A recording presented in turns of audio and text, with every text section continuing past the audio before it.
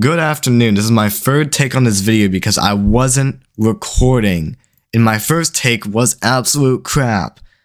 Oh my goodness, I was talking for 10 minutes, I wasn't recording. Are you freaking joking me? Oh my god. Anyways, third take on this video. Before this video starts, I do want to mention I know we haven't been uploading for 2 weeks on our YouTube page. I understand and I apologize. We apologize for that. But we've really been focusing on our Twitter page, where I highly suggest you follow and get weather updates from us on Twitter, because Twitter posts take 1 to 5 minutes to make post. YouTube videos can take hours, and especially in this case, it's going to take about all day if I keep messing up. So here we go. Today we have a slight risk of severe storms from near Houston, Texas, up into southern Arkansas, northern Louisiana, and western Mississippi. So basically from Houston, Texas to Shreveport to Greenville and almost to Jackson, Mississippi. So this includes cities of Houston, Shreveport, Pasadena, Beaumont, Sugar Land, Lufkin, Alexandria, Shreveport, Greenville. Maybe Yazoo City. I'm not sure if Yazoo City is actually in that. I forgot what that is. I apologize. But as far as the 20-hour threat, 5% for the southern part of that 20-hour threat. I must say, I do have some interesting opinions about them not bringing a 2% into northern Mississippi. We'll talk about that later in the video as we go through modeling, which we'll get to in just a moment after we get through this. So wind probabilities exist for much of the slight risk area, 15% risk as a slight risk, and hail exists for the southern part of that. We could see a couple supercells, maybe a few supercells in southeast Texas. So now let's go through modeling here. This is the Hydro's Rapid Refresh model.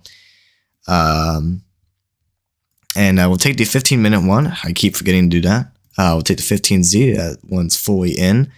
As you can see, we start getting storms developing around 1:30 to 2:30 p.m. Central Time. By the way, this is in Eastern Time, so you subtract an hour from that. So we could get storms developing within the next couple of hours. Those could be marginally severe, mainly damaging wind and maybe some hail. And an isolated tornado cannot be ruled out. This is one thing that we have to sort of watch here, is this little cluster ahead of this line here. These are probably going to be more elevated and weak due to the limited instability in this area. But if those manage to survive and develop even more, those could become surface-based ahead of the line and maybe be our tornado threat for northern Mississippi. As it begins to line out, it'll quickly weaken over the next few hours. And then the strongest part of the line is going to be in Louisiana, in Texas. So if we go over to Texas, actually, I didn't want to get a state sector. Why am I talking like that? Louisiana, there we go. Looking at this, we do have these couple supercells. Now remember that the radar's not going to work exactly like this. This is just a model based off the environment and how the environment could shape storm modes and all that. So don't take this for exact concrete. Do not go, oh, there's going to be a supercell just northeast of Houston. Could it happen? Yeah, it could happen. But don't take it for full confidence. We could have a couple supercells that do develop here. These could be more isolated, discrete supercells, meaning that their inflow is going to be unimpeded. They have all the energy in the environment to themselves, and they could just go on for as long as energy is available, as long as they're not impeded by any other storm. So that's going to be the thing here. We could have initial supercells developing from about 2 to 3 o'clock Central Time, all the way up to maybe about 7 to 7:30 p.m. Central Time, and then it begins to line out, becomes more clusterous and all that. But we could still have a tornado threat up here in southeast Texas and Louisiana with these. The concern is definitely going to be there's a little uncertainty in terms of apologize for that. There's definitely a little bit of uncertainty regarding the environment over here. There's definitely more CAPE in here in Texas and Louisiana and Arkansas. But as far as the wind profiles go in terms of helicity, take a look at the helicity. Helicity is actually higher in Mississippi than it is in Texas. The helicity is very, very limited, including the shear, although the shear is a little bit better than the helicity values are. Obviously, if we check the mesoscale analysis here, we can see that by the wind shear, there's gonna be shear, obviously, but which I think is gonna shape these supercells enough. The low level shear is gonna be questionable. If we take a look at the HER, we'll go ahead and take a look at the CAPE. This gives a little better view of what could happen here, so we'll take a look at that. And yeah, I mean, the effective shear, the deep layer shear, well, not really deep layer, but the mid and upper level shear is definitely pretty solid. You do have quite a bit of strong winds. Definitely do obviously have wind speed changing with altitude, but and you do have wind direction changing, but the low level shear is very, very weak. And that's the thing that may be questionable as far as the tornado threat in southeast Texas. There are much better wind profiles in Mississippi than there are in Texas and Louisiana, but the Cape is very, very limited, and that's gonna be questionable. Let me try to get one that's not contaminated. I'm not sure that was contaminated, but all right.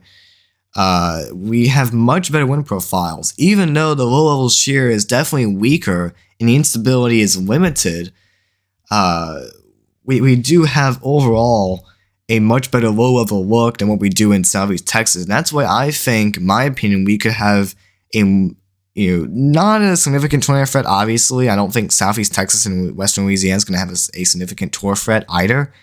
But up in here, we could see a more isolated tornado threat. And that's why I'm sort of like, why did the SPC not put a 2 tor here? Now, there's a chance that nothing could happen. This could be a little more conditional.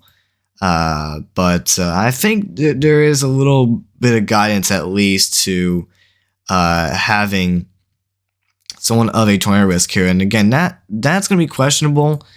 That's contaminated. I don't know what I was expecting there. It's going to be questionable with this little batch here to see if this survives, if these become surface-based, if they don't start off surface-based. In my opinion, they're probably going to start off elevated, just elevated showers, and then become more surface-based and take advantage of the low-level environment. And that could be a tornado risk there, because along here we could have a couple gust front circulations on the edge of the line, but those are probably going to be pretty limited. It's going to be mostly damaging wind through that, but it's going to be pretty interesting to watch. There's a little bit of uncertainty up here, just like there's uncertainty down here. And of course, we're going to have to watch it hour by hour and sort of watch the real-time analysis as this comes through and all that. So it's all a watch and be ready for. So definitely stay weather aware for this. So let's go to Friday. We'll take a look at the HER. So this is where we're going to have to watch. And the SPC does have a marginal risk here. And by the way, we may be streaming today for today's event. So we'll talk more about all that in our live stream today. So definitely stay tuned for that if we do go live. We may or may not. So obviously check our Twitter page. We're going to be posting about all that too.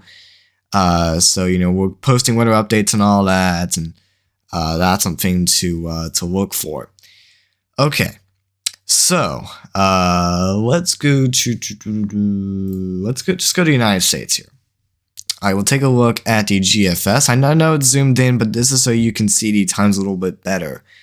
So, all right, let's go to the upper air heights. In fact, today's system is a very broad shortwave trough. Very, very broad. It's just a little blob, but still enough to kick off some severe weather, which is interesting. So, how is Friday looking? Well, in fact, 12Z is actually downtrended for this shortwave trough, which is interesting. But this is 12Z. This is typical 12Z madness. We take a look at the 0Z, definitely a little bit stronger, more amplified, even though it's still very weak and all that. But still a positive tilt shortwave trough and could amplify over there as it gets picked up by the other shortwave trough, expected to bring winter weather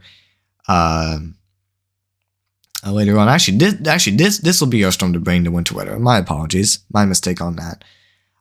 So this is something to watch right here. In fact, GFS is actually GFS seems to be a little bit slower on here. which is interesting. Let's go to check the cape here. Unless it comes with the previous system, huh? Yeah, GFS is being a little bit weird. I don't like this 12Z run. So let's take the 06Z. The 06Z is a little more it's a little more sane. I've actually not looked at the 12Z at all yet. So we'll take the 06Z run. I looked at that before. I know what the 06Z looks like. And I'm not liking how the 12Z is playing this out. It's a little funky, so we'll just stick with this. So service-based cape. We had this marginal risk. So why is it going on Sunday? I'm not sure what's going on here. This is weird. We'll take the NAM. So there we go. This is a little better representation here. That's the one thing.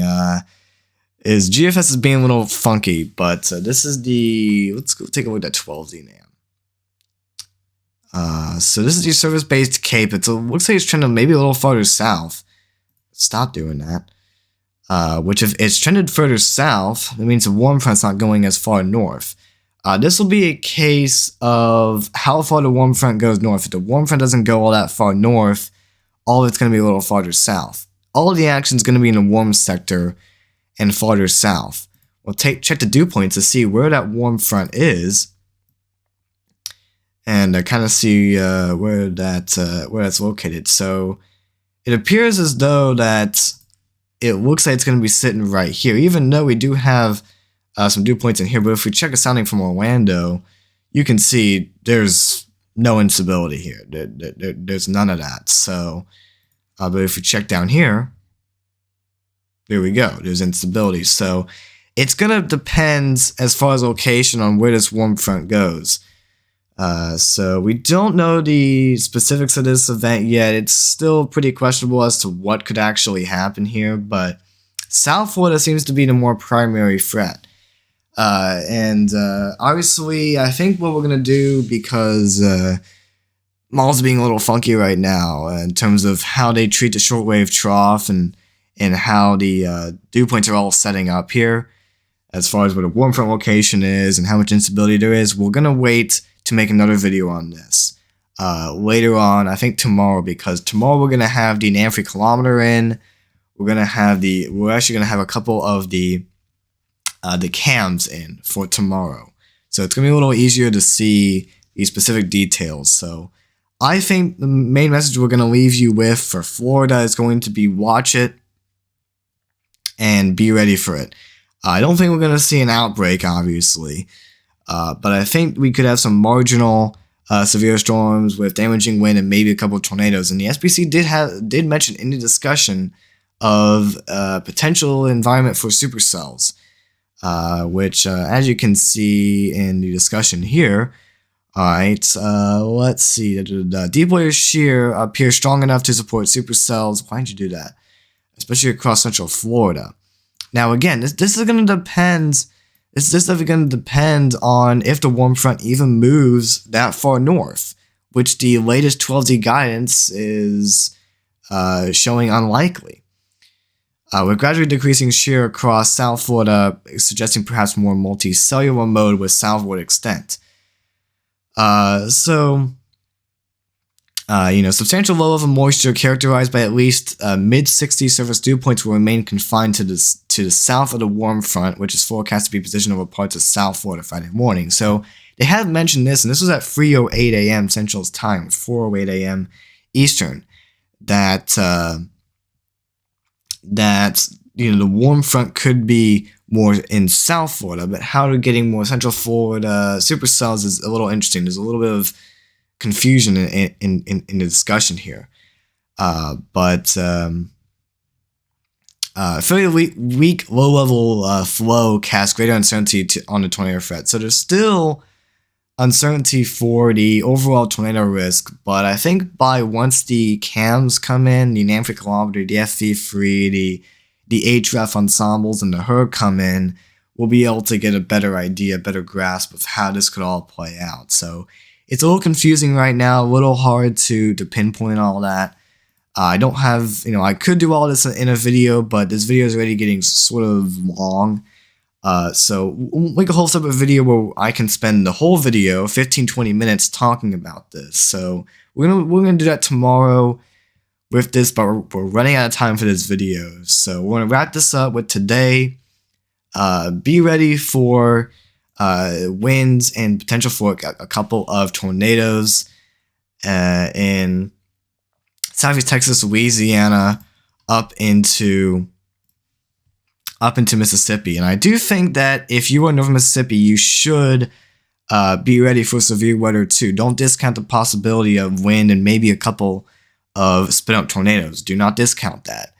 The SBC, I know, not putting a 2% up there, but that doesn't mean that nothing is going to happen in terms of that. So you sometimes have to sort of look at things yourself, and that's what we've done in this video. So that is the main message. Stay weather aware. Make sure you have your weather radio or your phone. At least 1 or 2 ways to get weather info today. We don't suspect a red letter day today. We don't suspect an outbreak today, but even a slight risk you should be weather aware for. So that's it for today. Thank you for watching.